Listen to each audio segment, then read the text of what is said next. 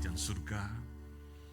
Terima kasih hari ini Tuhan, Engkau telah membuka hadirat-Mu, memperkenankan kami untuk datang ke hadirat Tuhan. Biarlah Tuhan saat yang istimewa ini tidak menjadi sia-sia. Kami boleh dapat mendengarkan suara-Mu, oleh sebab itu Tuhan berfirman-Lah. Ketika kami membaca merenungkan firman-Mu, biarlah Tuhan sendiri yang berbicara di dalam kedalaman hati kami, supaya kami boleh memahami firman Tuhan, supaya kami boleh dikuatkan melalui firman Tuhan, supaya kami tahu bagaimana harusnya hidup sebagai murid Tuhan di tengah-tengah dunia ini. Roh Kudus, terangilah hati dan pikiran kami, supaya kami dapat memahami firman Tuhan dan melakukannya. Berfirmanlah ya Tuhan, di dalam nama Tuhan Yesus kami berdoa. Amin. Silahkan duduk Bapak Ibu sekalian. Shalom. Kita bersyukur hari ini kita sudah masuk ke bulan Mei. Dan, wah ini kesimpulan khotbah saya sudah keluar nih. Ya, kalau gitu sudah selesai khotbahnya. Setelah hari ini tema kita di bulan Mei, minggu pertama adalah The Secret Place, artinya tempat yang tersembunyi. Saudara, mari kita membaca bersama firman Tuhan hari ini, ya sebagai rangkaian dari tema kita bulan ini, ya. 2 tahun ini kita akan membahas dari atau belajar firman Tuhan dari Injil Matius, dan inilah tema kita di dalam 1 bulan ini. Saudara, mari kita sekarang membaca firman Tuhan dari Matius 6 ayat 5 sampai dengan ayat yang ke-8. Kita akan membaca lebih dahulu Matius 6 ayat 5 sampai dengan ayat yang ke-8. Kita akan membacanya bertanggapan. Mari kita baca ayat ganjil saya bacakan. Apabila kamu berdoa, janganlah berdoa seperti orang munafik. Mereka suka mengucapkan doanya dengan berdiri dalam rumah-rumah ibadat dan tikungan-tikungan jalan raya supaya mereka dilihat orang. Sesungguhnya aku berkata kepadamu, mereka sudah mendapat upahnya.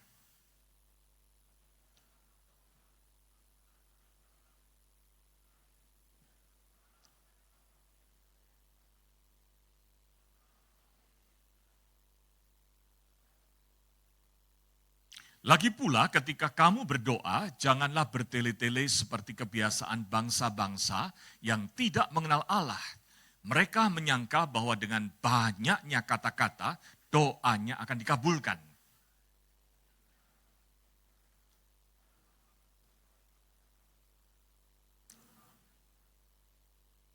Saudara, sampai di dalam ayat 8 ini, kalau saudara nanti lanjutkan ayat 9 sampai 15, itu bicara tentang doa Bapa kami. Ya, dan tahun kemarin kita telah membahas tentang doa Bapa kami. Maka kita lanjutkan membaca saat ini ayat 16 sampai 18. Ayat genap saya bacakan, ayat ganjil saudara, nanti ayat 18 bersama-sama. Apabila kamu berpuasa, janganlah muram mukamu seperti orang munafik. Mereka mengubah air mukanya supaya orang melihat bahwa mereka sedang berpuasa. Sesungguhnya aku berkata kepadamu, mereka sudah mendapat upahnya.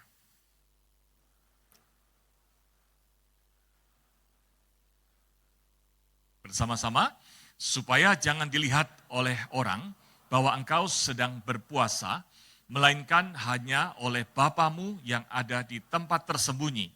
Bapamu yang melihat yang tersembunyi akan membalasnya kepadamu. Amin. Saudara, bayangkan seandainya, gitu ya, di dalam rangka Land of Faith mau membangun gereja, kita mengumpulkan persembahan. Ya, kemarin ini kan Komisi Kaleb tiap minggu berjualan barang layak pakai di bawah ya. Tadi saya baru dengar, puji Tuhan, tiap minggu itu bisa sekitar dapat 2 juta rupiah gitu ya. Wow. Lalu kemudian Komisi Pemuda yang lalu sempat jualan kopi pagi hari gitu ya di lobi. Lalu kemudian Pak Sutri jual kaos minggu lalu. Seandainya panitia kemudian buat satu cara yang lain lagi. Saudara, di beberapa gereja kalau cari persembahan dana untuk pembangunan, kadang-kadang menjual suara pendetanya. Gitu, pendetanya suruh nyanyi, lalu kemudian dilelang gitu ya. Tapi misalnya ada idenya lebih dari itu. Misalnya panitia mengatakan, kali ini idenya adalah naik Grab bersama Musa Petrus. Maksudnya begini, Musa Petrus nge-Grab, pakai mobil saya yang gede itu, lalu kemudian saudara mau pergi kemana, nanti masuk mobil saya, bayarnya dilebihin. Kira-kira saudara mau nggak? Ya kasihan deh, nggak ada yang laku. Seandainya katakan saudara kemudian bersedia. Lalu naik Grab, saya yang setirin. Kemana? Ke Mall SMS. Biasanya cuma 25.000 dari sini. Tapi karena ini dalam langkah land of faith supaya dapat tambahan pemasukan buat panitia, maka biayanya dari sini ke Mall SMS 200.000. Ya lumayan sih, tapi kan sisanya akan digunakan buat pembangunan. Saudara mau nggak kira-kira? Maulah ya, gitu ya. Lalu saudara pergi. Waktu saudara pergi bersama dengan saya, sampai di Mall SMS, waktu saudara mau bayar 200.000, ternyata uang yang di kantong nggak banyak, cuma ada 50.000, harusnya 200.000. Maka saya bilang, ya udahlah nggak apa-apa, sisanya nanti. Jadi saudara bayar 50.000, lalu besoknya ketemu saya tagih, Pak, Bu, Mas, Mbak, gitu ya, 150.000-nya kurang. Boleh nggak saya klaim itu? Halo? Boleh, betul nggak? Kan baru dibayar 50.000, belum sepenuhnya, betul ya? Minggu depannya, saudara naik lagi mobil saya. Kali ini mall yang agak jauhan, ke Mall Taman Anggrek. Karena Taman Anggrek agak jauh, saya charge-nya 500.000. Lumayan ya, lumayan saudara. Saudara ikut bersama mobil saya. Waktu saudara di dalam mobil saya sampai di Mall Taman Anggrek, lalu kemudian saudara sudah siap uang 500.000. Dibayarkan ke saya 500.000. Sudah kan? Harusnya 500.000, dibayar 500.000. Lalu kemudian hari Minggunya saya ketemu Anda. Lalu saya tagih, bayarin dong 500.000-nya ongkos kemarin. Saudara mau bayar nggak? Saya punya hak untuk klaim nggak? Enggak punya. Kenapa? Karena sudah dibayar penuh. Kalau yang pertama tadi dibayarnya nggak penuh, betul nggak? Jadi masih punya hak klaim. Saudara sekalian, ketika firman Tuhan tadi yang kita baca berkata, bahwa orang yang berdoa, gitu ya, lalu kemudian dia berdoa untuk maksud supaya dipuji orang sebagai orang saleh, maka Tuhan berkata, orang yang seperti itu sebetulnya sudah mendapat upahnya. Kata mendapat itu di dalam bahasa Yunaninya menggunakan kata apeko, yaitu kata yang biasanya digunakan untuk interaksi dalam bisnis, yaitu kalau kita itu punya hak untuk dibayar dan sudah dibayar, maka dikatakan kita itu menerima penuh atau apeko itu. Kalau saudara menyewakan tanah atau saudara membayar pajak, lalu kemudian setelah saudara bayar, maka saudara perlu dapat kwitansinya. Di kwitansinya ditulis apeko, artinya apa? Yang berhak menerima, yang punya hak menerima, sudah menerima, nggak bisa double claim, betul nggak? Masa hari ini sudah bayar, besok minta lagi, itu namanya double claim. Saudara, kata itulah yang dipakai di dalam 3 bagian, di dalam Matius 6, dari ayat pertama sampai dengan ayat yang 18. Di dalam ayat yang kedua, itu sudah kita bahas di 2 minggu yang lalu, yaitu tentang memberi tangan kanan, jangan diketahui tangan kiri. Firman Tuhan berkata, apabila engkau memberi sedekah, dan maksudnya adalah untuk supaya dipuji orang, menggembar-gemborkan, kalau engkau memberikan sedekah dan engkau sudah dapatkan pujian itu, maka apeko, engkau sudah menerima penuh, sudah lunas upahnya. Engkau nggak bisa klaim lagi kepada Tuhan. Apa tujuanmu? Dipuji orang, udah dapat. Demikian juga kemudian diulang di dalam apa yang tadi kita baca. Apabila kamu berdoa supaya dilihat orang, maka ketika orang melihat kamu dan memuji-muji engkau, maka ya sudah lunas. Nggak bisa double claim lagi. Tuhan tidak memperhitungkan itu sebagai kebajikan lagi. Kenapa? Ya tujuanmu dipuji udah dapat kok. Yang ketiga adalah soal puasa. Ketika engkau puasa, supaya tujuannya dilihat orang bahwa engkau puasa, engkau orang yang saleh. Lalu orang memuji engkau. Tujuannya sudah tercapai. Ya sudah lunas.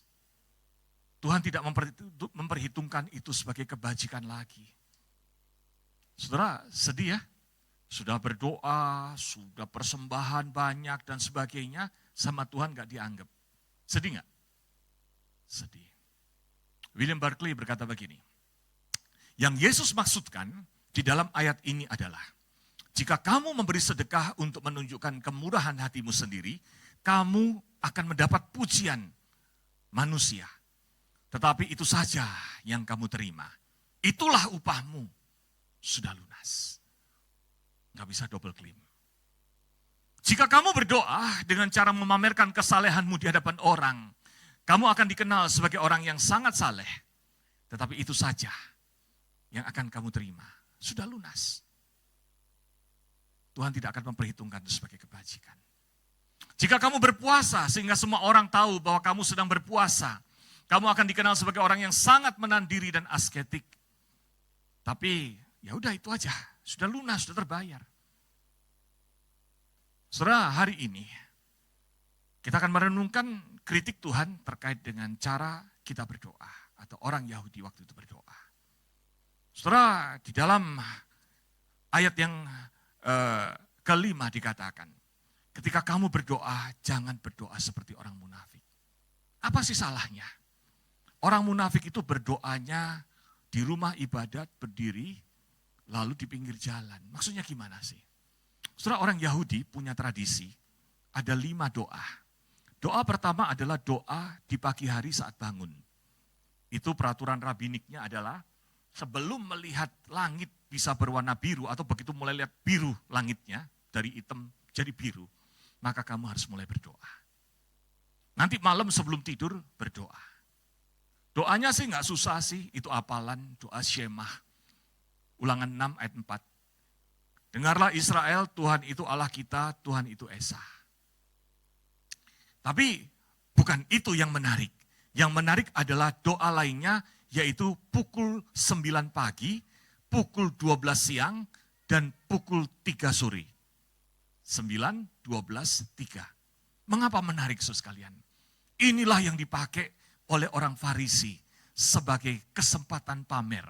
Minggu lalu kita belajar, Lose Mario mengatakan beda ahli Taurat sama orang Farisi. Ahli Taurat itu tugasnya menggali, membaca Taurat, menyalinnya. Orang Farisi adalah orang yang sangat ketat menerapkan Taurat habis-habisan, bahkan menambah-nambahkan aturannya. Nah, orang Farisi suka memamerkan itu dan beberapa orang Yahudi. Maka saudara sekalian, biasanya sebelum jam 9, katakan jam 9 kurang 10 menit, mereka akan keluar dari rumah mereka. 9 kurang 10. Jalan kaki 9 menit sampai depan Benton Junction. Begitu kan? Kurang 1 menit, tank jam 9. Lihat lampu hijau penyeberangan, begitu lampu penyeberangan jalan, boleh jalan, dia jalan pelan-pelan. Gitu ya? Sampai di tengah jalan, pas jam 9. Maka dia akan berhenti untuk berdoa, sembahyang. Sambil dia sembahyang, lampu penyeberangan sudah selesai. Semua mobil ngantri, nungguin dia berdoa. Antri 2 kilometer, keren nggak? Kalau misalnya saya gitu ya, saudara dapati mungkin besok atau lusa saya praktekkan itu di depan Benton Junction. Saudara, keren nggak Musa Petrus? Kita malu, betul ya? Malu, ya Musa Petrus gitu. Tapi itu yang terjadi, saudara sekalian, menjadi kebiasaan orang yang suka pamer ini.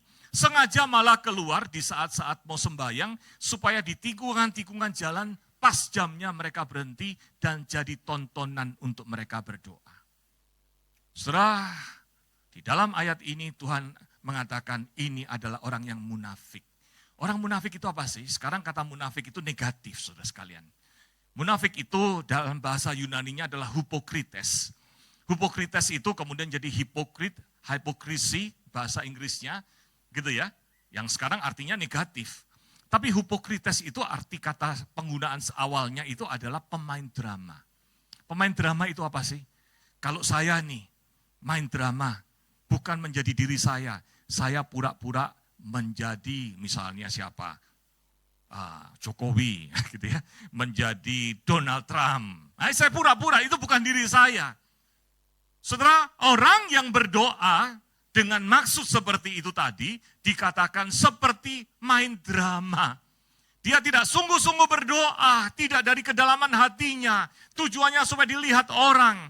Kata dilihat ini di dalam bahasa Yunaninya adalah paino. Paino itu sebetulnya berasal dari akar katanya pos, yang artinya bersinar. Kita belajar bulan kemarin, firman Tuhan berkata, hendaklah terangmu bercahaya. Betul ya?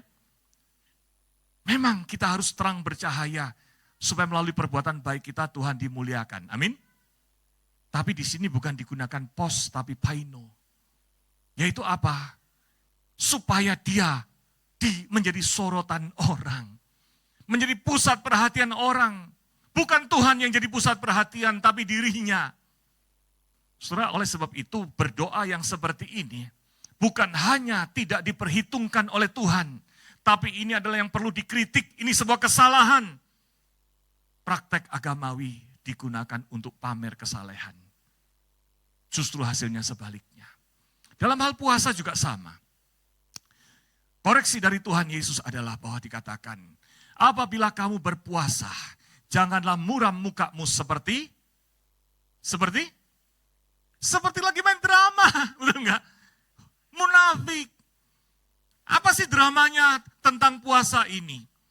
Saudara sekalian, orang Yahudi itu sebetulnya dalam tradisi hanya diwajibkan 1 kali dalam 1 tahun puasa. Yaitu pada waktu hari Yom Kippur. Yom Kippur itu apa? Yom Kippur itu adalah hari perdamaian. Ya, korban perdamaian. Maka disitulah mereka berpuasa. Lain-lainnya mereka nggak perlu berpuasa sebetulnya. Cuma sekali lagi ketemu orang Farisi yang suka nambah-nambahin aturan dan suka pamer. Maka saudara sekalian, orang Farisi kemudian menerapkan puasa Senin Kamis.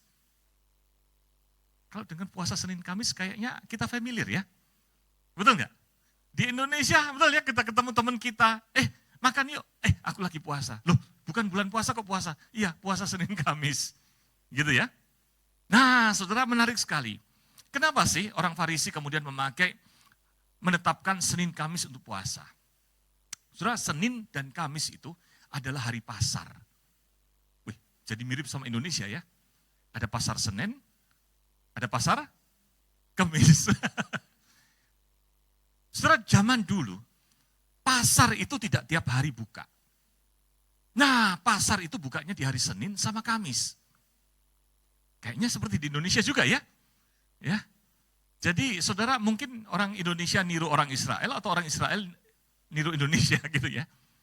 Nah, menariknya kenapa sih kok pilih hari Senin dan Kamis? Pada waktu hari Senin dan Kamis, orang berkumpul di pasar. Inilah kesempatan orang Farisi. Dia yang berpuasa, mukanya dibuat lesu. Dibuat sejelek-jeleknya kayak orang yang lagi lesu puasa. Bahkan ada tradisi Yahudi kalau berpuasa salah satunya juga kemudian menaburkan abu putih-putih di wajahnya, di kepalanya. Lalu keluar rumah. Kelihatan semua, ini loh orang yang saleh, yang menjalankan ibadah puasa. Saudara, ibadah dalam Yahudi yang penting itu adalah memberi sedekah, berdoa, dan berpuasa. Tiga-tiganya yang dikritik sama Tuhan di dalam Matius 6 ini. Saudara, ketika berpuasa dengan seperti itu, tujuannya apa? Supaya orang melihat dia saleh. Yang ditinggikan siapa? Yang dipuji siapa? Dirinya. Padahal saudara, kalau kita lihat di dalam perjanjian lama, yang disebut berpuasa itu, kalau saudara baca di perjanjian lama, jarang ditulis berpuasa. Yang ditulis adalah merendahkan diri.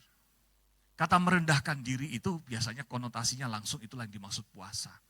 Puasa itu adalah saya menyadari diri saya seorang manusia. Saya ciptaan, Engkau pencipta Tuhan. Saya orang yang berdosa. Saya datang merendahkan diri, saya bertobat. Tuhan, saya datang dalam puasa. Saya mau menyelaraskan diri dengan kehendak Tuhan. Itu maksudnya puasa. Tapi kita pun kadang-kadang kena ajaran yang keliru, saudara. Ada yang mengajarkan saudara di luaran, pasti nggak di GKI karena wajib ya. Mengajarkan bahwa doa puasa itu doa yang paling sakti. Karena dengan berpuasa kita bisa memaksa Tuhan. Pernah dengar gitu nggak? Yang ngawur. Justru berpuasa itu adalah merendahkan diri. Dan di dalam konteks apa yang tadi kita katakan, malah mereka memakai bukan merendahkan diri supaya Tuhan dimuliakan. Malah melalui puasa dirinya yang jadi sorotan. Maka sekali lagi, kritik dan teguran ini mengingatkan bahwa apa yang engkau lakukan dalam ibadahmu bukan hanya tidak diperhitungkan Tuhan, tapi juga salah di hadapan Tuhan. Saudara, bahaya terbesar di dalam kehidupan rohani bukan melakukan dosa secara terang-terangan. Bahaya terbesarnya justru adalah ketika kita menggunakan kesalehan untuk memuliakan diri. Kayaknya saleh, padahal salah. Kayaknya saleh, padahal sedang ngangkat diri sendiri. Itu yang Tuhan kritik. Saudara mungkin mengatakan, Musa kayaknya cocok memang kritikan ini buat orang Yahudi, buat orang Farisi. Kan kita nggak lakukan itu. Ada nggak di sini yang sering di depannya Benton Junction berhenti berdoa, bikin macet jalanan Karawaci? Ada nggak? Ada nggak? Nggak ada kan? Nggak ada. Saudara mungkin berpikir, ini kan bukan saya Musa. Saudara, saya khawatir. Banyak orang Kristen melakukan ibadah, doa, dan puasa. Kadang-kadang kita melakukannya dalam konteks ritualisme. Ritualisme itu apa? Aktivitas agama yang berulang-ulang tanpa makna. Dilakukannya pun apa? Bersama-sama komunitas. Contohnya apa? Datang ke gereja. Waktu saudara datang ke gereja hari ini motivasinya apa? Habis, saya kan Kristen, kalau hari Minggu nggak ke gereja, apa kata orang? Betul nggak? Kalau itu yang saudara lakukan, datang ke gereja karena itu, sebetulnya saudara datang ke gereja bukan beribadah, tetapi karena urusan identitas. Hai Freya. Ya. Nah saudara sekalian, jadi kita itu di dalam ibadah kita, kadang-kadang kita lakukan itu bukan karena kita ingin berjumpa dengan Tuhan, tetapi karena identitas kita saja. Apa bedanya dengan orang Farisi itu?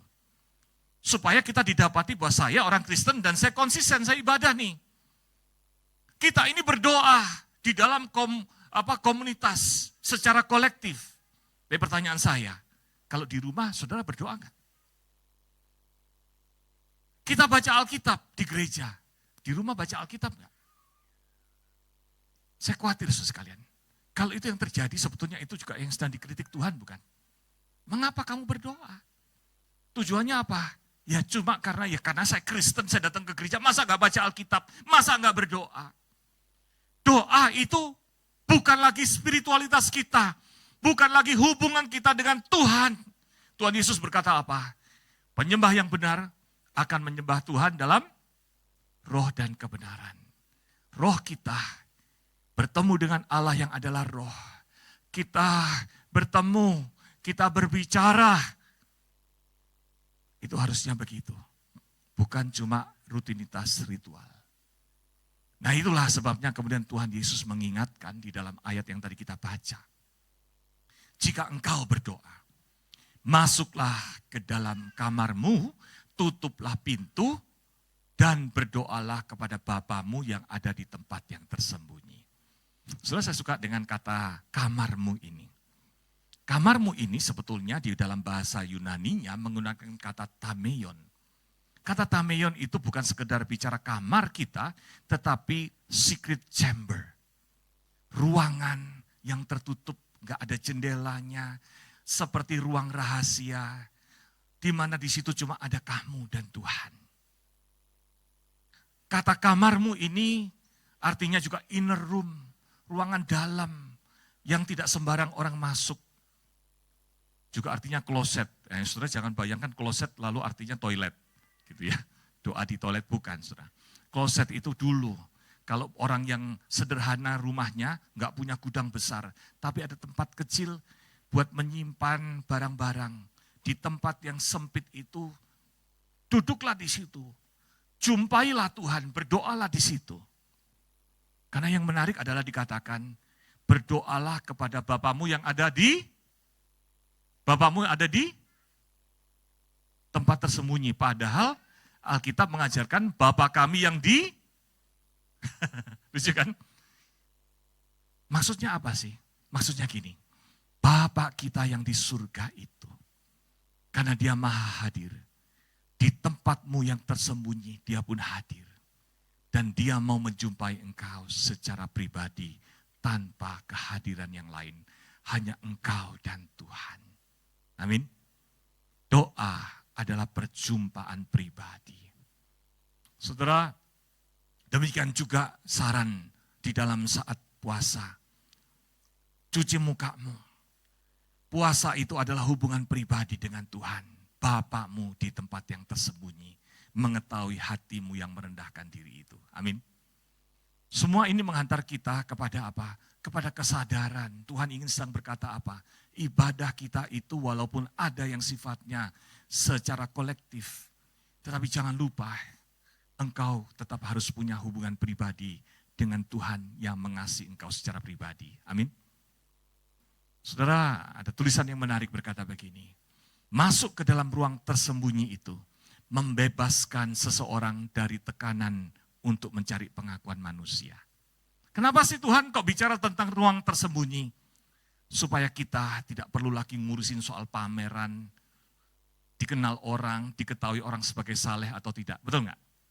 Kalau saya mencari Tuhan di tempat yang tersembunyi, saya berdoa, maka yang ada adalah fokus saya kepada Bapamu yang tidak kelihatan. Kerahasiaan di hadapan manusia justru memperdalam keterbukaan kita dengan Tuhan secara pribadi. Amin. Saudara, ayat ini menyadarkan kita. Makanya kemudian Tuhan Yesus melanjutkan nasihat ini dengan mengajarkan doa Bapa kami yang di surga. Tuhan itu bukan begitu tinggi, tidak bisa dijangkau atau tidak mendengar. Tapi dia adalah Allah yang kita bisa mengatakan Bapakku yang di surga. Dan dia dengan kasih kebapaannya mau menjumpai engkau secara pribadi. Saudara, Henry Nouwen berkata begini. Mengapa penting menyendiri dengan Tuhan hanya kita dengan dia? Karena di sanalah engkau akan mendengar suara Bapamu yang di surga yang berkata, engkau anakku yang kukasihi. Ketika kita rame-rame, hiruk pikuk, kita kehilangan kesadaran kita dengan Tuhan. Setelah berdoa berarti membiarkan suara itu berbicara sampai ke pusat diri kita, kedalaman hati kita. Setelah hari ini mengantar kita kepada 2 poin. Poin yang pertama, mari kita baca bersama-sama. 1, 2, 3. Ibadah, doa, dan puasa adalah relasi pribadi dengan Tuhan. Bukan prestasi rohani untuk dipertontonkan. Sudahkah Anda memiliki waktu untuk berdoa secara pribadi dengan Tuhan? Selain doa di gereja. Mari kita renungkan. Kalau Tuhan itu mengajak kita hari ini mengajarkan, doa itu adalah hubungan pribadi kita dengan Tuhan. Pertanyaannya, selain berdoa di gereja, di rumah saudara berdoa enggak? Berdoalah Musa kalau mau makan. Doa makan itu kan pasti ya. Atau kadang lupa juga, udah keburu makan. Udah makan, ya udah deh. Atau doa makan itu menjadi doa yang paling ekspres. Coba kita hitung, berapa kecepatan dan berapa waktu yang dibutuhkan untuk doa makan. Bapa kami dalam surga, terima kasih untuk makanan yang tersedia di dalam nama Tuhan Yesus kami berdoa. Amin. Enggak sampai 10 detik. Apalagi kalau sudah lapar. Saudara lagi ngomong sama Tuhan atau lagi apa? Lagi mau baca jampe-jampe. Saudara, sudahkah saudara juga memiliki hubungan pribadi itu dengan Tuhan? Henry Nouwen di dalam tulisannya ini, tulisan ini saudara sekalian tadi saya sudah download dari artikel di internet, karena itu umum bisa diakses, dan sudah saya terjemahkan dalam bahasa Indonesia. Kalau saudara mendaftar untuk dikirimin WA tiap minggu, saudara nanti biar dikirimin tulisan ini. Bagus sekali. Bagaimana kita belajar untuk menyendiri bersama Tuhan. Gak mudah. Kadang-kadang kita mengalami inner chaos. Udah ada di tempat yang tersembunyi sendirian, gak ada orang yang ganggu, tapi pikiran kita masih kemana-mana. Ya, jadi saudara nanti bisa mendapatkan artikel ini selain PDF dari khotbah hari ini. Saudara, Henry Nouwen berkata begini, tanpa kesendirian dengan Tuhan, hampir tidak mungkin hidup rohani itu bertumbuh. Kadang kita berkata hidup rohani itu bertumbuh kalau musiknya begini, kalau khotbahnya begini, kalau gerejanya begitu. Maka kadang-kadang yang kita salahkan gerejanya. Tapi firman Tuhan mengingatkan pertumbuhan pribadi itu adalah ketika kita berjumpa pribadi dengan Tuhan, sumber selamat dan sumber hidup itu. Amin.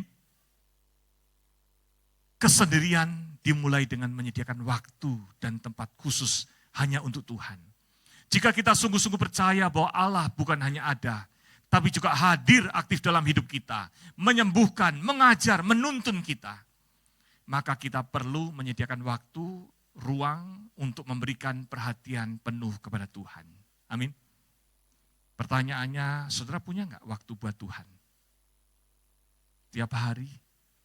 Atau seminggu sekali duduk tenang bersama Tuhan? Tidak ada orang lain, hanya saudara dan Tuhan. Saudara pernah suatu hari seorang ibu, seorang istri datang lalu berkata kepada saya, Musa sejak saya menikah, saya tidak pernah lagi bisa berdoa sendiri. Saya bilang kenapa? Banyak gangguan. Enggak. Suami saya berkata, pokok mulai kita menikah, berikutnya kalau kita berdoa selalu berdua. Wah, ini peraturan Farisi gaya baru, saudara. Itu benar, saudara, terjadi. Sampai akhirnya kemudian saya bimbing, lalu saya konseling juga suaminya. Bukan di gereja ini, saudara, jadi jangan saudara tanya-tanya yang mana ya. Tapi ada yang berpikir gitu. Kan kita sudah disatukan, bukan dua lagi, Musa. Saya katakan tiap orang harus punya hubungan pribadi dengan Tuhan. Amin. Karena ketika Tuhan mengasihi saudara, adalah hubungan pribadi Tuhan dengan Anda. Ketika Tuhan mau mengampuni dan menyelamatkan kita, itu adalah antara Tuhan dengan kita. Pertanyaannya adalah ketika engkau telah mengalami kasih Tuhan yang pribadi, yang menyelamatkan engkau, apakah engkau masih terus-menerus terhubung secara pribadi dengan Tuhan? Terus poin yang kedua, dikaitkan dengan ayat yang kita baca ini menarik, saudara.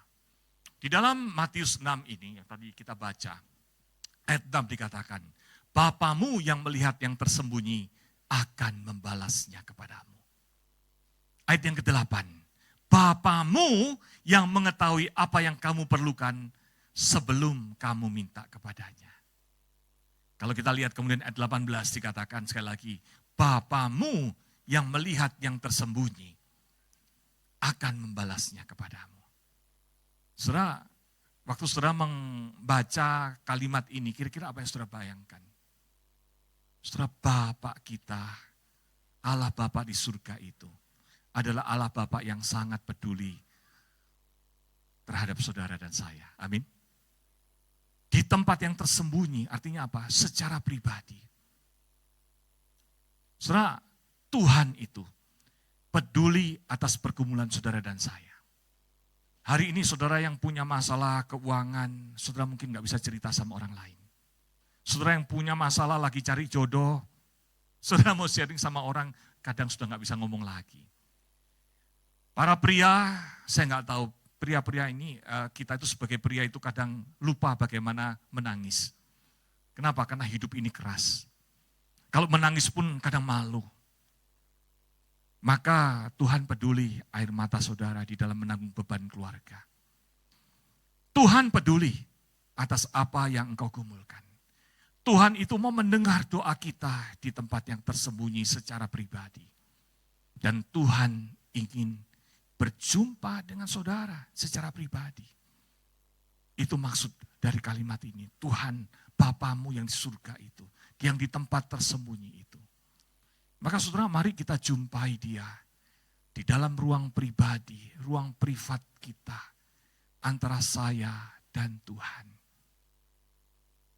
Henry Nouwen berkata begini, jika kita tidak memiliki kehidupan tersembunyi bersama Tuhan, maka kehidupan kita bagi Tuhan di depan publik, di depan orang, tidak akan berbuah. Banyak orang-orang yang hidupnya sehari-hari rasanya kering. Udah kerja keras, punya kekayaan, atau punya, dulu cari pacar, akhirnya udah jadi istri gitu ya. Rasanya dry gitu ya. Dalam pelayanan dry. Meaningless hidup ini rasanya. Saudara, kalau saudara merasakan yang seperti itu, permasalahannya adalah kembali kepada titik. Apakah Anda terhubung dengan sumber hidup dan sumber keselamatan itu dengan baik? Jangan-jangan di situ ada masalahnya.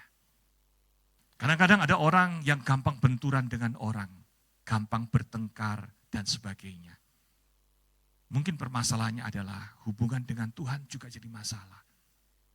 Maka Henry Nouwen mengatakan, hubungan kita dengan Tuhan di tempat tersembunyi itu menentukan bagaimana kualitas hidup kita di tengah dunia bersama dengan orang lain.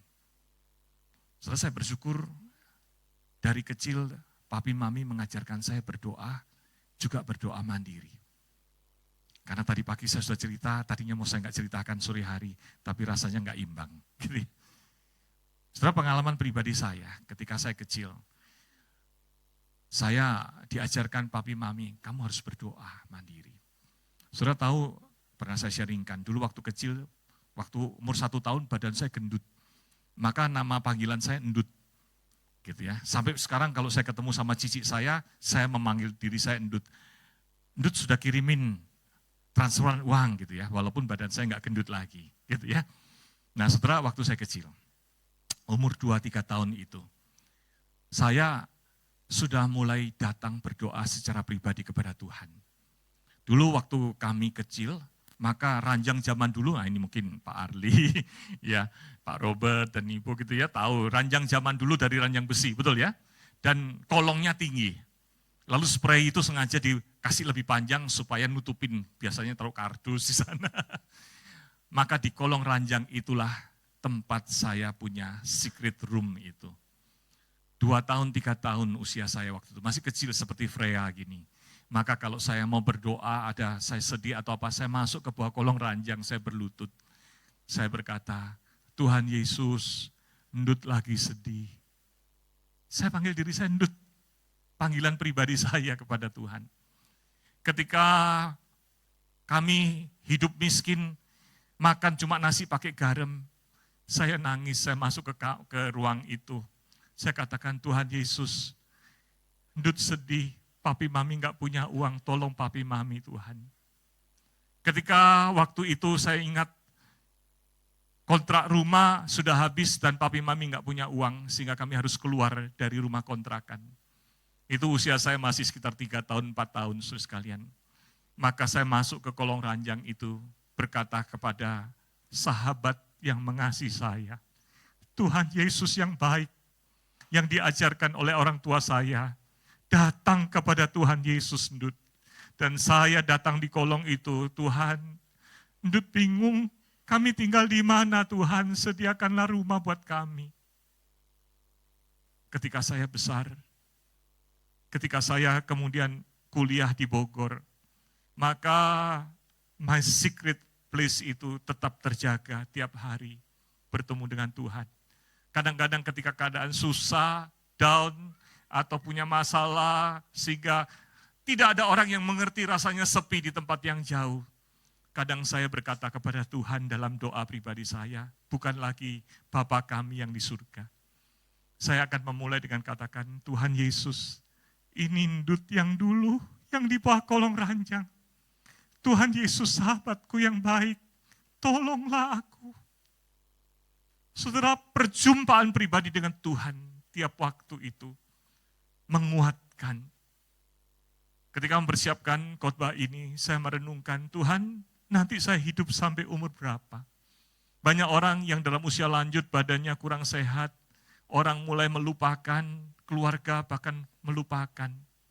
Tapi saya bayangkan, kalaupun itu terjadi dalam hidup saya, maka di dalam usia itu saya akan berkata, Tuhan Yesus yang saya kenal secara pribadi, ini Endut yang dulu Tuhan, yang di bawah kolong mencari Tuhan. Engkau sahabat yang terbaik, teman, sahabat, keluarga mungkin bisa lupa. Tapi Tuhan sahabatku, juru selamatku tidak pernah meninggalkan aku. Amin. Bahkan saya bayangkan nanti kalau saya kelak mati dan masuk surga, maka kata yang ingin saya katakan kepada Tuhan Yesus yang menyambut saya di surga, Tuhan Yesus, ini Endut, anakmu, Terima kasih Tuhan menyediakan surga bagi saya. Amin. Saudara, hubungan kita dengan Tuhan adalah yang paling pribadi. Apakah engkau memilikinya? Mari bangun hari ini. Di dalam kesungguhan kita datang kepada Tuhan.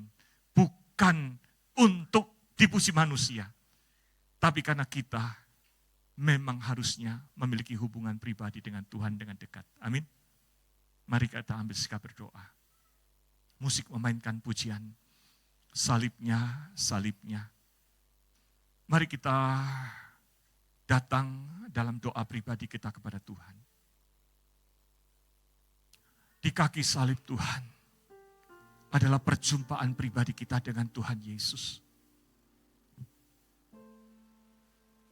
Engkau diselamatkan bukan karena orang tuamu, suamimu atau istrimu atau anakmu sudah dekat sama Tuhan Yesus.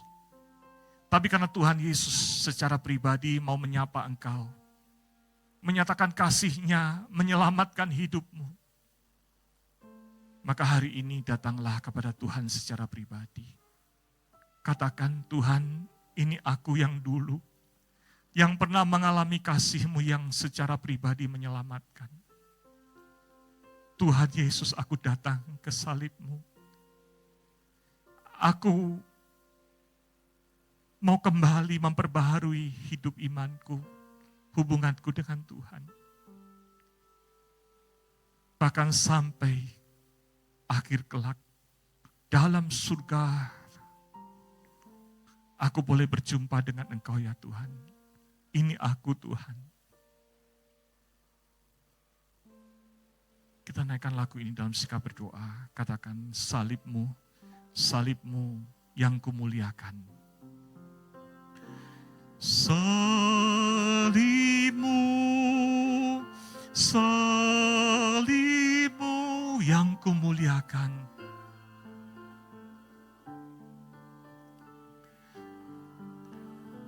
Hingga dalam surga kelak.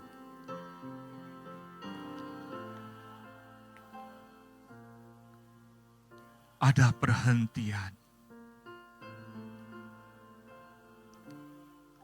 Katakan sekali lagi, salib-Mu, salib-Mu. Salib. Katakan, Tuhan, ini aku Tuhan. Aku mau datang secara pribadi kepada Tuhan. Yang kumuliakan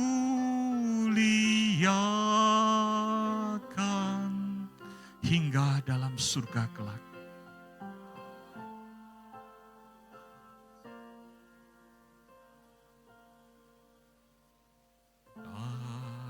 Ada perhentian.